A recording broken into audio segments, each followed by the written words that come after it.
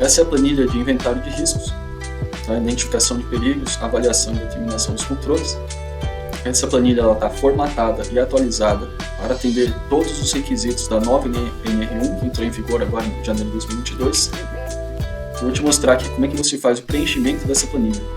Essa planilha ela atende ao sistema de gestão da ISO 45001, a OSA 18000 e a NR1, ok?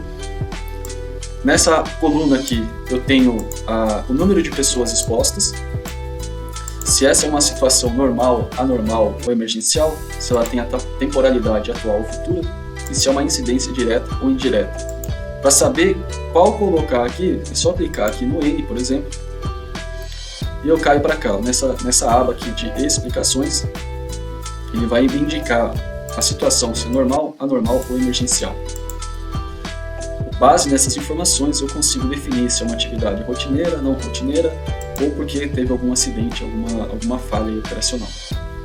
A temporalidade, ela me indica se é uma tarefa que é atual, ou se é algo que vai ser futuro, ou seja, vai ter uma obra, vai ter um serviço diferente, uma manutenção, e eu preciso identificar e mapear esses perigos e riscos. E depois a incidência, se ela é da mão de obra direta da empresa, ou se é necessário fazer a contratação, terceirização da mão de obra, ok? Então coloquei aqui que são 3 pessoas expostas, a situação é normal, a temporalidade é atual e a incidência é mão de obra direta. Nessas colunas aqui, eu vou identificar o setor, ou se você preferir identificar por atividades, funções, não tem problema também, tá? Mas eu coloquei aqui o setor, montagem de equipamentos, atividade, processo e aperto com o uso de martelo pneumático, perigo identificado aqui poderiam ser outros, tá? Mas eu coloquei só o ruído. Aqui eu tenho uma lista em todas as células identificando os tipos de perigo para auxiliar você na hora de fazer o preenchimento. E o risco associado também tem uma lista aqui, ó, tá? Então conforme você identificar o perigo, você precisa colocar o risco associado. Aqui nessa aba também tem o perigo e risco, então o tipo de grupo, o grupo risco físico, risco químico, risco biológico, risco ergonômico, risco de acidentes e por aí vai. Tá? Toda essa lista aqui você pode atualizar e automaticamente ele vai entrar nessa lista aqui na célula, ok? E aí identifica também o efeito consequência. Vindo para cá, eu tenho identificação do que? Da natureza do risco. Quando que eu identifico se ele é levemente prejudicial ou um desses itens aqui? Eu clico aqui na natureza do risco e ele vai me explicar aqui, ó, quando é levemente prejudicial, alguns exemplos, prejudicial e assim por diante. Retorno à planilha, identifiquei aqui a natureza do risco, aí eu venho para cá no frequência severidade. Na frequência severidade, ele me dá o peso também, certo?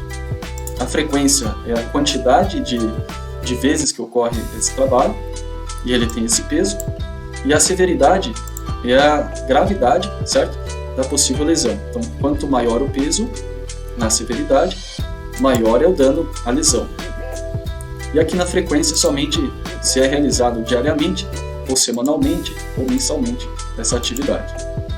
Aí eu retorno à planilha.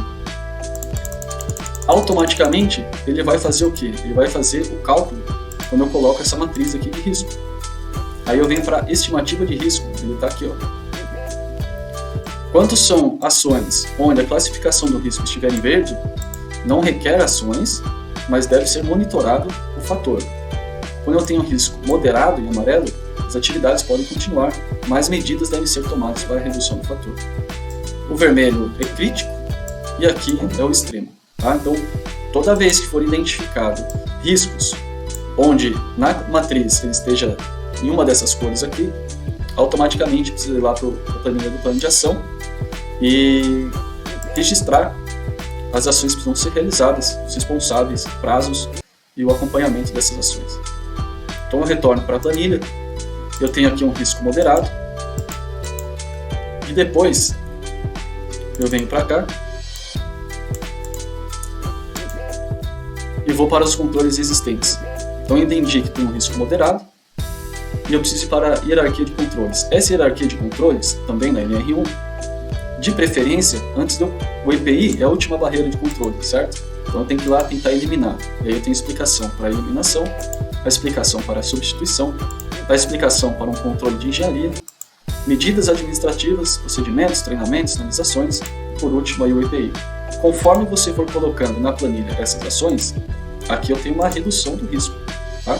Então, inicialmente ele estava marcando 12 como risco moderado, e aqui ele reduz para 6.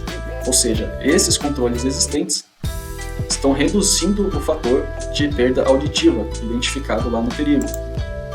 Okay? E lembrando aí que sempre que a gente fala de riscos físicos, químicos e biológicos, a gente tem aquelas medições, né, avaliações quantitativa ou qualitativa.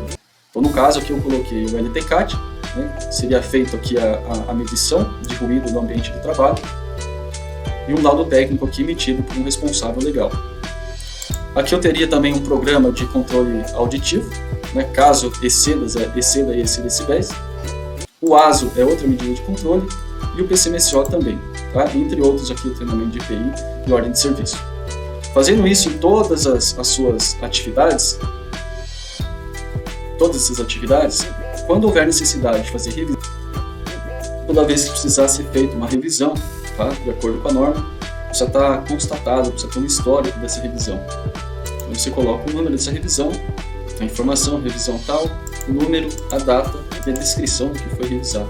Tá? Esse histórico tem que ficar à disposição ali da empresa ou do Ministério do Trabalho, toda vez que houver uma auditoria para fazer essa identificação.